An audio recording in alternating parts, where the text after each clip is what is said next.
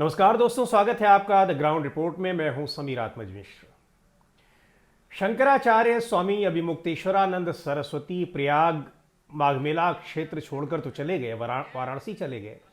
लेकिन वाराणसी जाने के बाद वो जिस तरीके के अब आक्रामक लड़ाई के संकेत दे रहे हैं, वो उत्तर प्रदेश के मुख्यमंत्री योगी आदित्यनाथ के ऊपर तो भारी पड़ ही रहा है। पूरी की पूरी भारतीय जनता पार्टी और पूरी भारतीय जनता पार्टी की सरकारों के खिलाफ भी जाता हुआ दिखाई पड़ रहा है।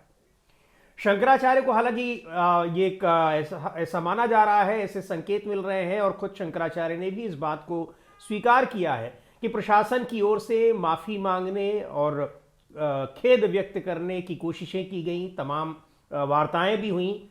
शंकराचार्य की ओर से डायरेक्ट तो कोई नहीं गया, लेकिन प्रतिनिधि की तौर पर जरूर किसी को एक इमीडिएटर बनाकर भेजा गया। लेकिन प्रशासन ये चाह रहा था कि वो शंकराचार्य से तो माफी मांग ले, खेद जता दे, लेकिन वो लिखित में कुछ नहीं देना चाहता था। यानी एक जो अकड़ दिखाई पड़ रही है कि आपने गलत किया भी है, लेकिन आप चूंकि आप प्रशासन है, आपकी सरकार है, तो आपने शंकराचार्य जैसे हिंदू धर्म के सर्वोच्च प्रतीक का भी अपमान अगर कर दिया है, फिर भी आप माफी नहीं मांग पाएंगे, खेद नहीं जता पाएंगे, आप ऑफ रिकॉर्ड आप ये सब करेंगे। शंकराचार्य ने कहा कोई जरूरत नहीं है, उन्होंने सीधे तौर पर उसके लिए मना कर दिया और अचानक फिर वो वहां से निकल आए। प्रशासन को ऐसा लग रहा था कि अभी शायद वो नहीं निकलेंगे, क्योंकि माघ मेला अभी चल ही रहा है और पूर्णिमा तक वो शायद वहां पर रुके, चूंकि आमतौर पर पूर्णिमा तक माघ मेला औपचारिक रूप से रहता है। लेकिन शंकराचार्य वहां से आ गए और उन्होंने कहा जब जो महत्वपूर्ण स्नान हम नहीं कर पाए, हमें नहीं करने दिया गया, वहां से हमको जबरन हटा दिया गया, अपमानित करके भगा दिया गया, तो फिर मेरा वहां रहने का कोई औचित्य नहीं है। 10 दिन हमने इंतजार किया कि शायद अपनी भूल को सुधार ले। जिन प्रशासनिक अधिकारियों ने ऐसा किया, लेकिन किसी को ऐसा नहीं लगा कि उन्होंने भूल की है, सुधारने की उन्होंने कोशिश की है। शायद शंकराचार्य के अपमान में ही उन्हें अपना फायदा दिखाई पड़ रहा हो, तो शंकराचार्य वहां से चले आए। लेकिन शंकराचार्य तो चले आए, अभी भी कोशिश हो रही है कि मनाया जाए, लेकिन सीधे तौर पर स्वामी अभिमुक्तेश्वरानंद ने कह दिया है कि अब उसकी कोई जरूरत नहीं है। और अब हो गया, जो जब वहां पर अपमान किया था, तो फिर वहां अगर वो अपनी भूल नहीं सुधार पाए तो कोई उससे प्रभाव नहीं पड़ता है। प्रयाग में जो था वो वहीं अब खत्म हो गया है। अब उन्होंने जिस तरीके से उत्तर प्रदेश के मुख्यमंत्री योगी आदित्यनाथ पर सीधे तौर पर हमला बोला है, वो अब लग रहा है कि योगी आदित्यनाथ पर वो भारी पड़ने वाला है। कई मोर्चों पर पहले से ही गिरे हुए हैं मुख्यमंत्री योगी आदित्यनाथ, यहां तक कि पार्टी के भीतर भी घिरे हुए हैं। केंद्रीय स्तर पर किस तरीके से तनातनी चल रही है, वो आज से नहीं, काफी पहले से चल रही है। इसको भी एक मौके की तरह से देखा जा रहा है कि केंद्रीय नेतृत्व भी कुछ कड़े कदम उठा सकता है। दूसरी ओर अब 10 और 11 मार्च को एक विराट हिंदू सम्मेलन की घोषणा की गई थी, जिसमें चारों शंकराचार्य भी आएंगे और देश भर के तमाम साधु संत और हिंदू धर्माचार्य लोग जुटेंगे। यह कार्यक्रम पहले दिल्ली में होना था। शंकराचार्य ने कहा अब यह कार्यक्रम लखनऊ में होगा। इसलिए होगा कि, और उन्होंने बता भी दिया कि इसलिए होगा कि सीधे तौर पर जो अपमानित करने का काम इस सरकार ने किया है हिंदू धर्म को, शंकराचार्य को, हिंदू धार्मिक प्रतीकों को, इस वजह से इसमें सबसे ज्यादा महत्वपूर्ण है कि सरकार की इन जो कृत्य है इनको उजागर करना होगा। ये सीधे सीधे शंकराचार्य कह रहे हैं और सबको, बाकी और शंकराचार्यों को उनका समर्थन मिल रहा है। एक और बड़ी महत्वपूर्ण बात यहां पर है कि वो सीधे उन्होंने अब योगी आदित्यनाथ से हिंदू होने का सर्टिफिकेट मांग लिया है। शंकराचार्य का सर्टिफिकेट मांगा गया, प्रशासन ने मांगा, उन्होंने अपना बता दिया कि ये हमारा सर्टिफिकेट है, आप जो जानकारी मांग रहे हैं आप देख लीजिए, किससे किससे आपको चाहिए कि मैं प्रमाणित करवा के दिखा दूं। जबकि शंकराचार्य कौन बनेगा कौन नहीं बनेगा, ये शंकराचार्यों के बीच में ही तय होता है।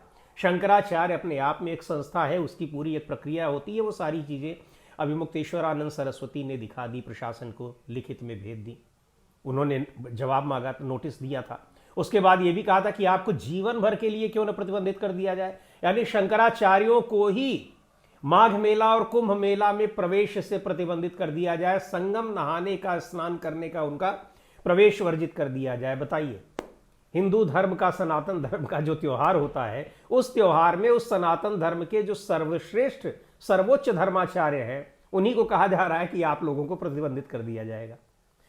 ये इस तरह की जो हास्यास्पद कृत्य एक के बाद एक किए हैं मेला प्रशासन ने, और निश्चित तौर पर यह कहा जा रहा है कि वो सीधे सीधे सरकार के आदेश पर किए हैं, निर्देश पर किए हैं, वो सारी चीजें अब किस तरीके से राजनीतिक रूप से भारी पड़ती दिखाई पड़ रही है भारतीय जनता पार्टी को, ये दिख रहा है। और इस पर जिस तरह से अब शंकराचार्य ने एक आक्रामक रुख अख्तियार किया है और बाकी अन्य शंकराचार्यों का उनको समर्थन मिल रहा है। अब उन्होंने ये सारी चीजें पूछ दी हैं कि भाई एक हिंदू होने के नाते कौन मंदिरों को तोड़ेगा, नष्ट करेगा, कौन मूर्तियों को तोड़ेगा, कौन वहां पर जो सांस्कृतिक प्रतीक हैं उनको नष्ट करने की कोशिश करेगा। यहां तो कर दिया जा रहा है, उनकी जगह पर यहां पश्चिमी संस्कृति के प्रतीक मॉल और बड़े बड़े शॉपिंग कॉम्प्लेक्स बनाए जाएंगे। कौन ऐसा हिंदू करेगा? और दूसरी बात उन्होंने ये भी कहा है कि आप जिस संप्रदाय को मानते हैं वो संप्रदाय हिंदू धर्म का निर्धारण करेगा या शंकराचार्य करेंगे। यहां पर बुरी तरीके से फंसते हुए दिखाई पड़ रहे हैं उत्तर प्रदेश के मुख्यमंत्री योगी आदित्यनाथ। और यह भी कहा जा रहा है कि जो ये मंदिर वगैरह तोड़े जा रहे हैं तो फिर क्या जानबूझकर ये सारी चीजें की जा रही, क्या वो अपने हिसाब से, अभी तक तो यही चल रहा था कि आरएसएस अपने हिसाब से हिंदू धर्म को निर्धारित करने की कोशिश कर रहा है, अब क्या एक पैरेलल योगी आदित्यनाथ नाथ संप्रदाय के हिसाब से हिंदू धर्म को संचालित करने की कोशिश कर रहे हैं? अब ये एक विवाद भी सामने इसमें आ गया है, एक डिस्कोर्स इसमें शामिल हो गया है। तो अब देना होगा, हालांकि लगता नहीं है कि उत्तर प्रदेश के मुख्यमंत्री योगी आदित्यनाथ शंकराचार्य के इन सवालों का कोई वो जवाब देंगे, लेकिन शंकराचार्य के सवालों का जवाब तो नहीं देंगे, पर सवाल तो ये पूछे जाते ही रहेंगे। केवल शंकराचार्य का मामला नहीं है, ये एक जो हिंदू धर्म का एक उसका बहुमत है, उनके लोगों का, कोई इसका चुनाव तो नहीं होता है, लेकिन शंकराचार्यों की ओर से जो चीजें तय की जाती हैं, जो बातें बताई जाती हैं, हिंदू धर्म में उसको बिल्कुल पालन किया जाता है इस तरह से जैसे जो धार्मिक ग्रंथों में जो चीजें लिखी गई हैं, क्योंकि उनकी व्याख्या उन्हीं की तरफ से होती है, उनकी तरफ से की जाती है। अब यहां एक और भी बड़ी महत्वपूर्ण बात यह है कि क्या उत्तर प्रदेश के मुख्यमंत्री अब योगी आदित्यनाथ ही इस मुद्दे पर घिरे हैं कि पूरी की पूरी भारतीय जनता पार्टी घिरी है? तो इससे पहले जिन मुद्दों को शंकराचार्य अभिमुक्तेश्वरानंद सरस्वती ने उठाया था, निश्चित तौर पर वो पूरी की पूरी भारतीय जनता पार्टी और केंद्र सरकार और राज्य सरकार दोनों घिरी थी।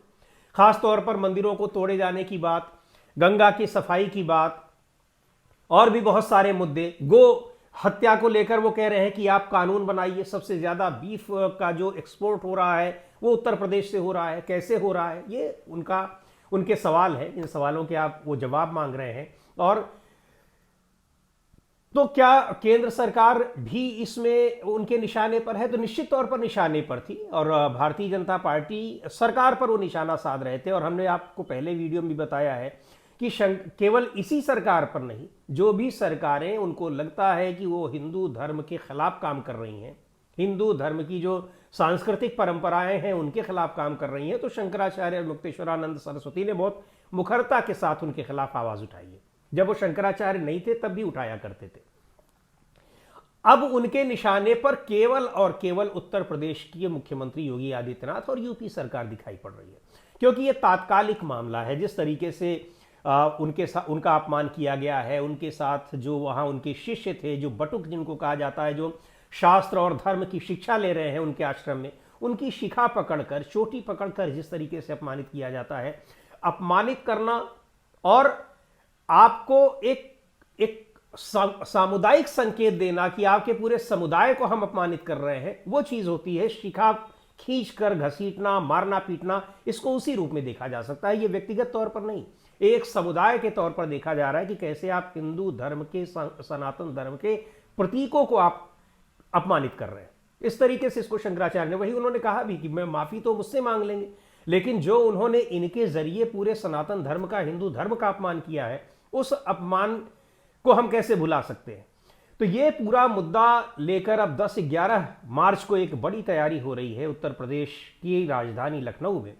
क्या कुछ इसका असर होता है ये दिखाई पड़ेगा, लेकिन निश्चित तौर पर बुरी तरीके से घिरे दिखाई पड़ रहे हैं इस पूरे मामले में उत्तर प्रदेश के मुख्यमंत्री योगी आदित्यनाथ। और जिस तरह से उन्होंने अपमानित तो जो किया ही किया, किस तरह से जो एक ट्रॉल आर्मी सोशल मीडिया की होती है उस पर शंकराचार्य को लेकर जो सवाल उठाए गए,